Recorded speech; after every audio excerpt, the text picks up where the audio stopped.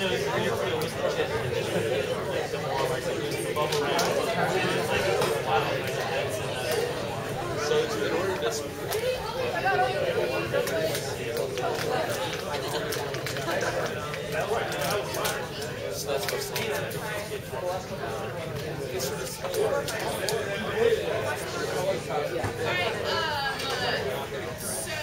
Dan said, he's going to go through and use Fiat as an example. You're also going to talk more about Fiat-related issues, I think, in your second theory group. I wanted to say two quick things to you all.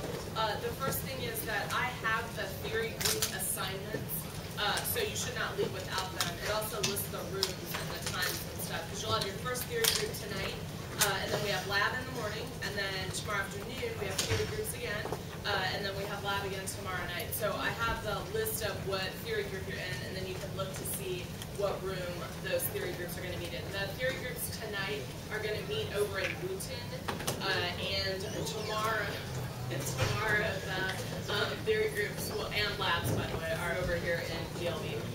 So, I know. Wooten is PLB is PLB.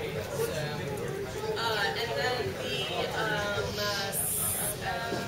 yeah, actually, I guess that was all just merged into one part.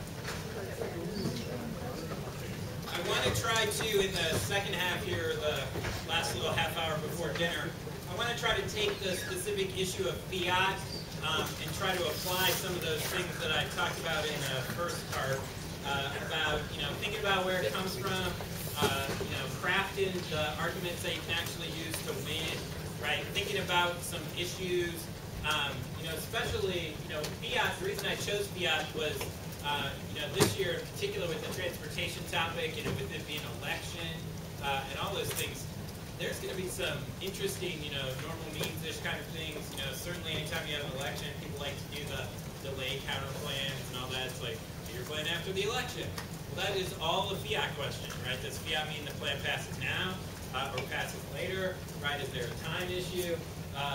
All of those kinds of things, right? And so Fiat becomes that. Before I do that, one of the things that I forgot to mention, and again, this is one of my strategic sort of insights in theory debating or whatever is, I always think the affirmative, on the affirmative side, for all you 2As out there, I always like to give the 2As, theory nuggets to, mess with the negative block. I mean, it's, they get 13 minutes, and they're not very efficient. And so the more you can, when I debated, I was all about time trade-offs. I used to literally sit and, however I would time how much every argument took or how much somebody took relative to an argument. And there would always be like victories inside of debates that were based on time trade-offs. It's like, oh, I got somebody to spend this amount of time on something, et cetera, right? And theory arguments are one of those. I always say to the 2As, you should always, in a good 2A, you should have one theory argument you're serious about going for, and you should have another theory argument that you're serious about it wasting their time.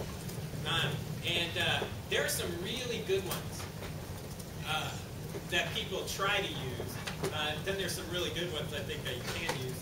Like no-neg Fiat is one that like people try to use. Nobody really cares about that. Nobody thinks the neg should get something, some accuracy, sort of thing, right? But man, if you watch the neg, the best part of the like theory arguments that waste the neg's time is when you say no neg Fiat, all you gotta do is like look over at the like neg team, and all of a sudden they're like, ugh. You gonna take that? No, you gonna take that? Blah blah blah. It's like, we got some, and it's like it worked, right? Even the scoff, that's time trade-off from like putting it in another link card. The neg can't put in another link card on the DA because now they gotta answer no neg Fiat. My favorite one, and this one I think is actually like useful in terms of time trade-off. Not like useful as you're gonna get something to vote on, but is whatever the counter plan isn't in terms of topical or non-topical, say it has to be the other one. Okay? So if the counter plan is not topical, right, then say all counter plans have to be topical. Which is actually a pretty decent argument because it focuses on the core literature. It's more predictable. The non-topical counterplan allows for infinite net ground, like the agents and all of those, right? So it focuses on like pick ground and reciprocal, reciprocal counterplans. I mean, there's some, you can get some things that sound pretty good pretty quick right there, right? And then you can always appeal to the old school judges with the counterplan has to be non-topical if it's topical, right? So if they're running the pick or those things, you'd be like, no, the counterplans have to be non-topical, right? Otherwise, it's a vote for the resolution. Resolution's focus, et cetera, et cetera,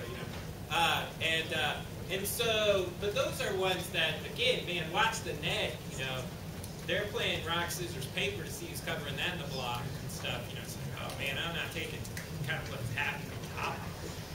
That's the one that really, that'll put a little, little weakness in the B there to a good neck, right? So on the AF side, when you're designing those like 2AC blocks, always have that one theory argument you're serious about, and then have the one theory argument.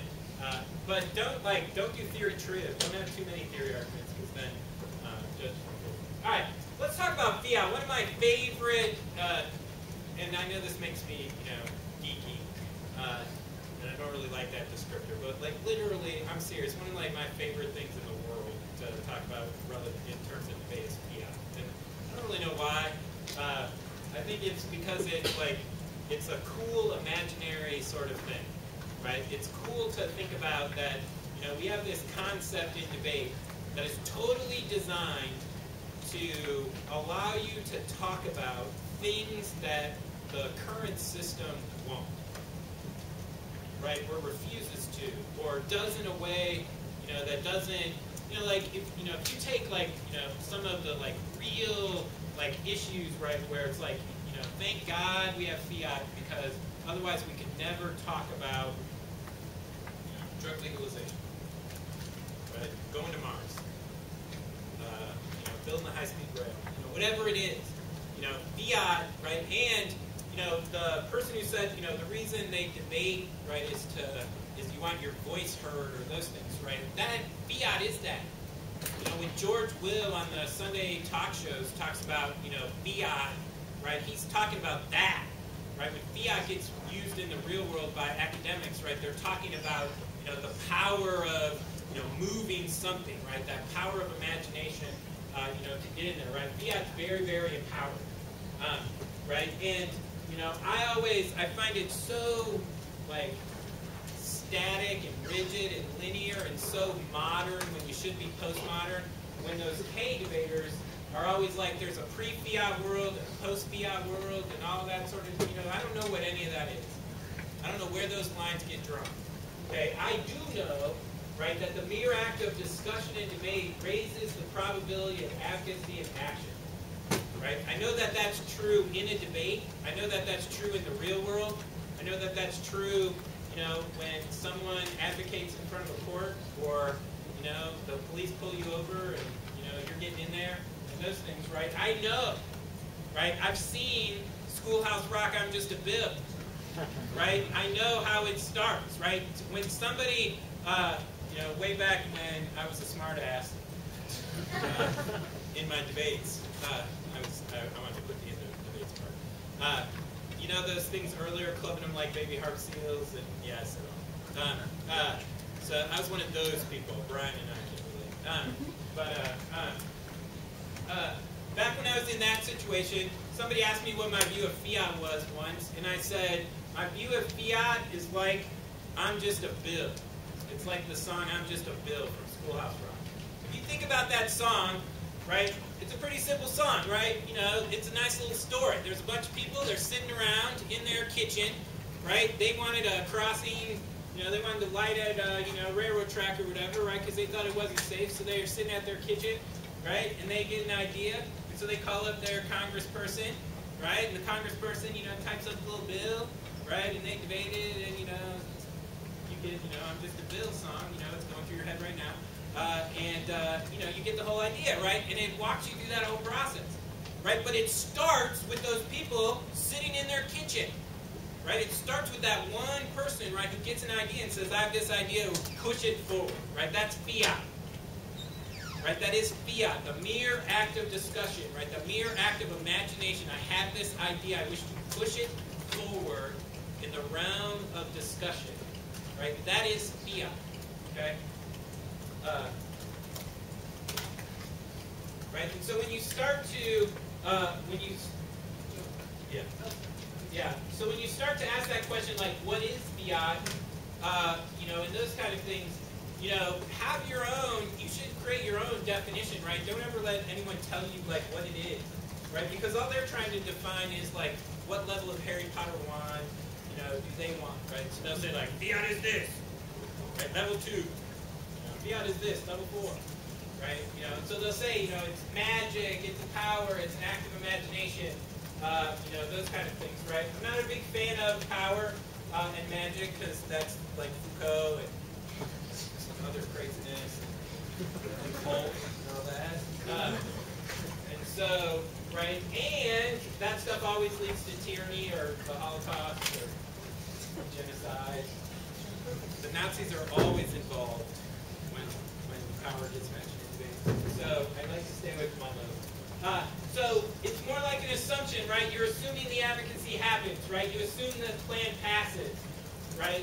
It's the assumption to create an argumentative arena, right? That's Fiat. Fiat says, hey, let's now talk about this, right? You can't talk about certain things in our culture, right? Like you wanted to have a bill on Congress for, certain, really controversial things. You can't do that, right? Debate is an arena where you can. Right? And so to say, hey, we're going to create this argumentative arena, right? That's Fiat. Fiat says, let's discuss this. Let's imagine a world where it passes and say, what's that world, look like? The cosmic timeout would be a much better, analogy for Fiat, right? It's like cosmic timeout, world stops, you stick the plan in, time in, world spins, and everyone's like, woo, plan! The plan's here. Right now, what's the world do? Right, I like that analogy almost a little more. Right, because that's where your action-reaction disads come in. Right, that's where those kinds of right. If you think of the Latin, let it be done. Right, or for the sake of argument can take place. Right, I like that. Right, it's a tool to to simulate plan implementation and to avoid focusing on could questions or those things. Right. I like that view of Fiat. It's very empowering. It's very discursive, right? Like I was saying to you, my roots are, as a communication and a history major, right? I love the representation decay, right? What we say does matter. Language creates a hell of a lot of reality. It's the only thing, probably in 2012, right, is those media images and those kinds of things, right? And so to say Fiat is somehow some static, I always make the joke. Whoever, the view that sometimes people have of Fiat is like, Fiat means, the plan passes tomorrow, right? What happens? Basically what they're saying is, Fiat means, if the judge votes aft and the affirmative gets what? You get to fly to D.C., and you get to be part of the bill signing ceremony with President Obama, and when he uses, when they always have the 25 pens, and he writes the O with one pen and the B with one pen and all that, and everybody in the room gets one of the cool pens because it was such significant legislation, right? And so you get one of those, right? Because of your plan passing. That is. And some of you are looking at me like, Mythbuster man's on crack. And right, but that's the world of Fiat that I think sometimes people create, or that they're describing in the debate, right? You're describing this Fiat means. Does something, I watched a team lose a debate this year because, right, the negative proved nothing happened at the end of the debate. Yeah. Every debate I've ever judged, that's been the case. Every debate I've ever been in, I've been involved in debate for 25 years, right, and no one has magically been flown to Washington. No plan has magically, appeared in the world after the affirmative, judge says I voted aft, and all of a sudden, ta-da, plan, right? Never once happened. Now, plans have passed in the real world. Medical savings accounts that exist now started as debate aft, and was an idea of a think tank here in Dallas. Debaters, a whole bunch of debaters did it. It got published in a little book about the topic, and all of a sudden it was on the floor of Congress. Right? There's a million of those kinds of examples of where the movement, right, you people sitting in your classroom saying this is my good idea, right, that movement has created legislation in the real world, right, but nobody ever thought anything happened at the end of the debate because of Fiat.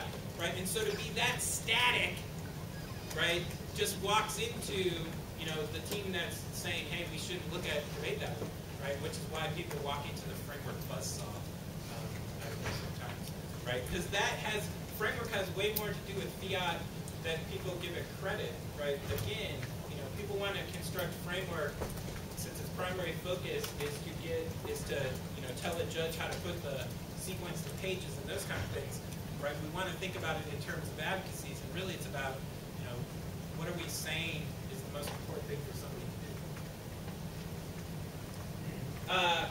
Yeah, we already talked about this. It allows us to debate on popular actions, traditional word should. You know, it's the foundation for debating future actions and those kind of things. And then, you know, I'm a big fan of if you frame it like an if-then statement, people are less offended by it. Okay, because we argue in if-then statements in the real world every single day. Right? If I'm hungry, therefore I will get something to eat. Right? If I pass this class, therefore I can take the next one. Right? If I get all A's, then my parents will give me a allowance bonus. Okay?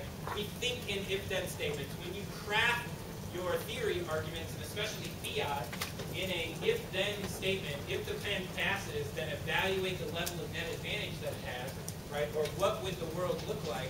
You know, remember the very, very first politics DA, which was probably the most insulated from Fiat of any politics DA, you know, since, was a traditional action-reaction, right? It was a Reagan DA, right? And it was like, you know, the plan passes, Reagan is stuck having to defend this unpopular thing. So what does he do? He starts a little war, you know, to distract people, right? That was the first politics DA.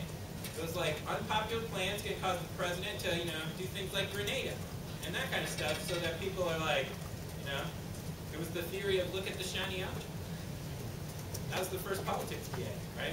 Your plan is embarrassing the president. So the president's going to be like, look at the shiny object. You know, look at me doing this military thing. Look at me provoking the Soviets. It was Reagan, you know. And so, but, right, it was the most Fiat insulated, right? And now we live in a politics world, right, where people are like defending a world of Fiat that, like, Fiat means like the start of the political process in Congress, and you have to be responsible for, you know, all of the horse trading and the political capital and all those things. Well, right, that's assuming you know, that begs the question, where does Fiat begin? And if you can get good at answering, it begins now, it began in the, like, if the net defends a world of Fiat where, you know, Fiat assumes, like, you know, all the, like, you have to go through all of that, well, then Fiat doesn't have time anymore for the app or the net. We'll talk, I got a slide on that one. So when you're, yeah, this is a good framework sort of issue when you're debating, you know, Fiat. You know, when we talk about trying to frame, you know, those key questions, you know, this is the way to really create a wicked, like, block when it comes to, you know, Fiat issues, right? The first question to ask is, how does the interpretation relate to the real world and to political reality? Right? With Fiat issues, this is money, right? Because Fiat assumes you're saying some institution, some agent, some, you know, advocate should act, right? And a KL, it could just be an individual, right? Needs to act. You know, it could be the states, it could be the federal government, right? You're saying somebody needs to act. And so when you say, hey, I think they're violating some Fiat, right? Or that doesn't smell like good Fiat. You know, the first question is, like, what is it? Is it real, right? What's it? You know, what's going to happen in the real world? Will Congress really do this? You know, will Congress really create a piece of legislation, you know, like this? The answer is yes, because they've created examples of the most absurd things ever. And they've repealed themselves the next day, which is also a good argument that's lost favor. But asking that political realities question, you know, especially with international counterplans, a lot of times an international counterplan is taking the perspective of the U.S., right? The U.S. is like, yeah, I think Japan should do it. Japan's like, yeah, my ass, right? You know, do it yourself, right? And their literature, all in Japanese, is saying there's not a chance we're going to do that plan. Why is the United States telling us, right? Well, you don't get to read that evidence because it's in Japanese. The only evidence you read is the U.S. side saying Japan should do it. Okay? Well, that's an example of like sort of the real worldness and the political realities portion of this. Right? What does the interpretation do to solvency and the role of evidence? This is huge in a fiat question. If you can't produce a card, that may be some fiat problems. Okay? If nobody advocates it, if it eliminates, you know, like if I have my defend change the laws of physics counterplan, not a lot of have there. Not a lot of have. I'm changing the laws of physics. CO2 doesn't cause warming anymore. I said. Right? It worked when you were 2. All your parents had to do was say I said. As I said so. Right? If I said so becomes the only warrant, right, that's got to be a fiat issue. Okay? Right? In terms of role of evidence. Or the type of evidence. Right? One of the good arguments you can make against a 50-state fiat counterplan, or why 50-state fiat is wrong, is because the evidence that the neg is going to read, right, is going to say, it is great for states to be laboratories of reform, right, to be experiment. We need to have 1 or 2 states do something so we can see if it works. Is that the counterplan? Hell no. The counterplan's not, hey, let's let 4 states do it and see. Right? Because if that was their counterplan, the after would be like, doesn't solve. Huge ass solvency deficit, right? You said 4 states do it and see. We do it everywhere, right? It wouldn't be strategic, but that's what the solvency evidence is assuming, right? Or when they read cards that says Ohio's done it, and they're like, ooh, Ohio's done it, proves 50-state counterplan. I don't know about you, but, you know, can everything that they do in Ohio, can we do in Texas? Yes. Yes. Of course we can. We're Texas. America. I'm a decider. I decided yes. Right? And so, right, but again, we make those assumptions, right? You never let an AF get away with that. You know, last year on solar-powered satellites, you know, the AF read a solvency card that said, like, you know, Radio Shacks got one for your backyard. Right? It wouldn't have been like, see, it can go global. Radio Shack's got one for my backyard. Right? That's what, you know, Ohio could do it means all 50 states could. It's about the same. Okay? It's not the same as that amount. Right? Is the interpretation equitable to both sides? With fiat, this is huge. Somebody is always getting more. In this America, we don't like that. Okay? Unless it's capitalism, then it's okay. Okay, but it's not. It's fiat. So that it must not be fair. Right, but reciprocity is very important. If one side gets to fiat, you know, if the K all gets to fiat the old personal attitudes, right, then why can't the AF fiat the personal attitudes and get out of the link? Okay? The nature of, you know, international, if the net gets the international fiat, you know, what does that mean for, you know, some of the affirmative kinds of issues? Okay? Does the resolution constrain the parameters of fiat? Okay, this is an important question that you always want to know the topic-based issues of fiat. Okay, you know, how are, you know, this year in particular, how are transportation policies, you know, implemented? Right, build the normal means of that, because that's likely to define like certain levels of fiat, like what you can get away with and not get away with. It's like I said, I'm intrigued. The investment literature is ridiculously dynamic, and you know, there's a potential. This topic reminds me a little bit of, and I know this is a dirty word in America right now, but it reminds me of the healthcare topic that I spoke about. Hey, how many of you think that by the time you're 26, that you're going to be able to take care of yourself when it comes to healthcare?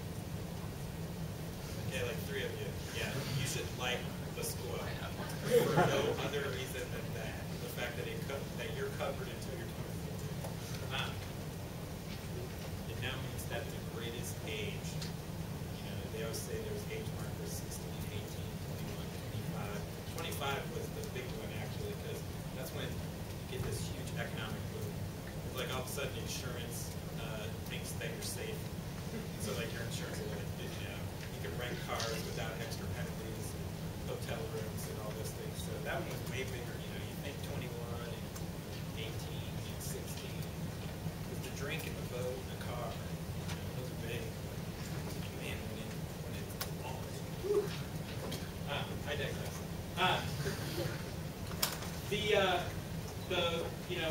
the role of the judge, in addition to the literature, this topic, like I was saying, this topic really, there's a dynamic investment infrastructure, right? The government's got about like 7, 8 different ways that it actually like invests, loan guarantees and direct loans and direct expenditures and public-private partnerships and block grants and all those kind of things. That's a cool debate, and there's a lot of like cool little process advantages and disadvantages and lots of things that can create some interesting fiat. I mentioned earlier in the first half about what I talked about using a continuum to help write your theory blocks, and I wanted to give the example of fiat as a way to help show you how you could put marks on the continuum. These would all be levels on the continuum, and how if you just, and this would be a cool little exercise like in your theory group or those things, right, is take each of these levels on the continuum and say to yourself, what are 3 reasons why that's a good view of fiat, and what are 3 reasons why it's a bad view of fiat. And if you did that for each of those, and then you use those reasons when you were writing specific blocks, right, you looked at those and said, oh, that's way more similar to like no fiat. Like we talked about, in a world of no fiat, then there's no such thing as inherency. Because the only question is, will the plan pass, as opposed to could it pass, right? Then you can move up the continuum, right, and say only the affirmative gets fiat. Right? That's an interesting view of fiat, because that means no neg fiat. And if there's no neg fiat, then there's no counter plans. Okay, but the neg still gets the squo, and still gets the status quo and those kind of things, right? There are a lot of people who think, man, we'd be a lot better off if just the affirmative got to fiat. We now have A to Z, or maybe A to double Z of the philosopher of the week K's, right? We have, every country on the planet is now a potential international counterplan. All of the states, locals, etc. Man, if all of that just kind of ran away, maybe it'd be a little better. Next move up, right? We keep trucking up the continuum a little ways, right? And this is one that I think is fairly defensible, is each side gets the resolutional agent, and that's it. Right? Each side gets the resolutional agent, right? Resolution says federal government, app gets federal government, neg gets federal government. It's on. Okay? Each side gets the same agent, right? That's the most equitable. Right? Probably not equal, okay, but it's at least equitable, right? They each know exactly the agent to work with, right? How that agent is going to approach things and those things, right? That'd be an interesting little theory block, right? Because if you have that view of fiat, right, each side gets the resolutional actor, right? So the neg all of a sudden now loses some counterplans, okay, but it still has some, okay? The good K debater is going to say fiat's not really related to the K anyway, and so that's not going to affect your alternative. And so, I could maybe work with, that, only the Fed, right? Or, both sides get it, okay? Then let's move up a little bit more. Okay, I like this one too. This is one that I've heard people actually defend in a debate, right? The reason for the continuum is that's how you create interpretations and counterinterpretations, right? Wherever you are on the continuum, that's your interpretation. That's what you want to defend, right? And so this is how you create those, right? If you want to run your international counterplan, right, then you're going to be on that end of the continuum, right? But if you're on the app, and you don't want them to run international counterplan, but you don't want to say no neg fiat, right, or no counterplans or those things, right, then you're going to say, hey, no international fiat, but our interpretation is, resolutional level of government and lower, federal on down, keep it in the U.S., eliminates the international, eliminates the private, gives them, all sorts of things, right, or any U.S. act. Fine, I'm willing to give you, UN, okay, because the U.S. is an actor there. I'm willing to give you NATO, because the U.S. is an actor there, right? But I'm not willing to give you Japan do it, China do it, that sort of thing. Okay, because that's on the other end of the continuum. This is a pretty defensible one, right? I mean, this is a pretty defensible one. This one, any U.S. actor, right, that's an institution, right, government or private institution, but no international, right? So, you know, anything the U.S. is a member of. It's a member of NATO, it's a member of the WTO, you know, those kinds of things, you know, or, you know, any governmental action, right? Anyone in the U.S. is, you know, like a member of, you know, that, like, you know, only international organizations the U.S. is a member of, right? You know, you can click up, you know, and use those as a way to draw your line, draw your counter-interpretation, right? And draw your, you know, those kinds of things, right? Only international organizations the U.S. is a member of, okay? You know, that gets you your NATO and your UN and, you know, those things, right? Then we start getting any international organization or any institution. Now international Fiat comes into play. China do it, Japan do it, you know, those kind of things. And then we get to the nastier ones. Okay? Any actor acting according to their own institutional nature. Like that one. Okay? I can't do something that I wouldn't do if you asked me what I'd do. But otherwise, it's on. Okay? Right? So, you know, you can't that would be an example of, you can't counterplan with India and Pakistan get along. Okay? That's not acting according to my institutional nature. Or, you know, you can't Fiat Minis peace. Okay, that'd be a great advantage counterplan. I've been waiting for somebody to do that for a while. You know, people playing peace, they're just like counterplan peace. Palestinian Authority agrees to peace. I'm only Fiat in one institution, the Palestinian Authority. They've agreed to peace. They've agreed to 100% of Israel's terms. Or vice versa. Israel agrees to 100% of Palestinian terms. Peace in the Middle East. Fiat. Solves your advantage. Okay? We would say, oh, wait a minute. Okay, that really is any actor acting. You know, Israel gives in 100%, Palestine gives in 100%. Right? This is any actor acting. Right? That would never happen. Right? And so now the other side, and they say, hey, that's Fiat abuse, you get to defend any one of these. You could have been any one of these interpretations, you dirty cheaters. Right? I mean, that's the reason for the continuum. Right? Because if you can say, look, they're here on my little scale. They could have been any one of these other things. You know how that's going to sound to a judge? I'm going to look that team in the eye and go, look, there were 25 counterplans you could have run. Right? And you ran that one? Sorry. Crossed the line. Right? There was a line. Right? You crossed it. Right? That's what the continuum, and you can do that for numbers of advocacies. You can do that for, you know, a lot of those issues. Fiat is the easiest one, right? Because, and these aren't even all of them, right? There's little subtleties in between. This was just, you know, for one slide worth. You know, and then obviously the extreme end of the continuum is infinite Fiat. Then it doesn't even have to be actors acting. It's just, that's laws of physics, act of God, consult the Ishtar.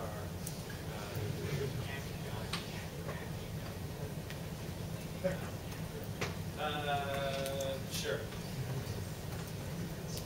Still bad. We determined those last two bullets bad and bad. But that's how you can use the continuum, right? And like I said, I've seen people, you know, because it's all about defending an interpretation, right? And so I've seen people say, look, you know, here is where somebody's counterplan falls. It's very easy for me to just defend the level right below that and be like, look at all these options you have. You know, it's the old topical version of your ad, right? It's always so money when you're running a little T violation, right? Because it's like that captures all their education and ground issues. It's important for us to talk about it, yes. That's why we said there was a topical version of your ad. You chose to write your plan for it. So we've captured all of your education arguments, right? That's what this Fiat thing says is, look, yes, you're right. We should have this imagination. We should have this impetus. We should push something forward in the world. And we should have that discussion. We should create that argumentative arena, but not to the extreme that you're trying to create. And there are ways for us to draw lines.